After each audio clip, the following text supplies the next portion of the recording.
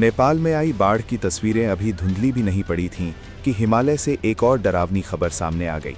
जिस भोटे-कोशी नदी ने कुछ ही घंटों में घर, सड़कें और पुल बहा दिए, उसी नदी तंत्र के ऊपर अब एक नई प्राकृतिक झील बन गई है। चीन ने चेतावनी दी है कि अगले 3 दिनों में इस झील में करीब 30 लाख घन मीटर और पानी जमा हो सकता है।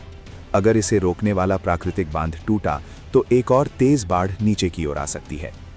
26 अगस्त की सुबह नेपाल चीन सीमा के पास भोटे-कोशी नदी अचानक उफन पड़ी। कुछ ही देर में पानी के साथ बर्फ, पत्थर, मिट्टी और मलबा नीचे की ओर दौड़ने लगा।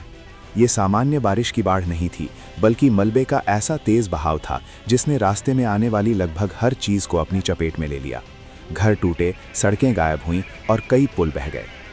नेपाल के अधिकारियों के मुताबिक तिब्बत की तरफ से आया बड़ा फ्लड सर्ज करीब सुबह 9 बजे भोटे-कोशी में पहुंचा। इसके बाद पानी और मलबा आगे त्रिशूली और नारायणी नदी की तरफ बढ़ा। कई इलाकों में लोगों को संभलने तक का मौका नहीं मिला। इस तबाही के बीच अब सबसे बड़ी चिंता एक नई प्राकृतिक अवरोधक झील को लेकर है। चीन के जल संसाधन मंत्रालय के मुताबिक चोचेन खोला और पुरेपूर्त सांगपो नदियों के संगम के पास मलबा जमा होने से पानी रुक गया और झील बन गई।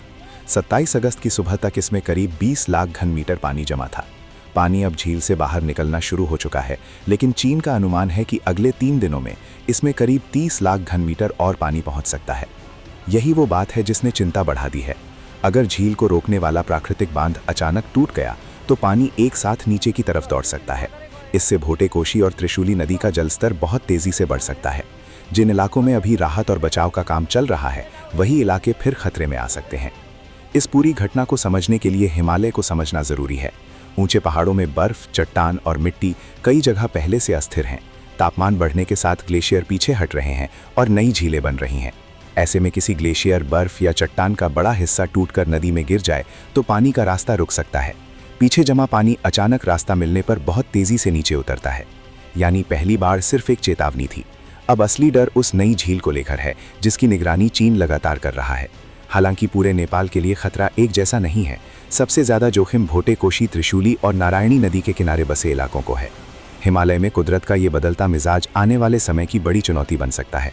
एक तरफ बढ़ता तापमान और दूसरी तरफ अस्थिर बर्फ और चट्टानें। सवाल सिर्फ ये नहीं है कि अगली बाढ़ पाएगी या नहीं, सवाल ये है कि अगर आएगी तो क्या नीचे बसे इलाकों को उससे पहले चेतावनी मिल पाएगी। नेपाल अभी पहली तबाही से उभर भी नहीं पाया है और पहाड़ों से दूसरी चेतावनी सामने आ चुकी है। अगले 3 दिन अब बेहद अहम है। Subscribe to One India and never miss an update.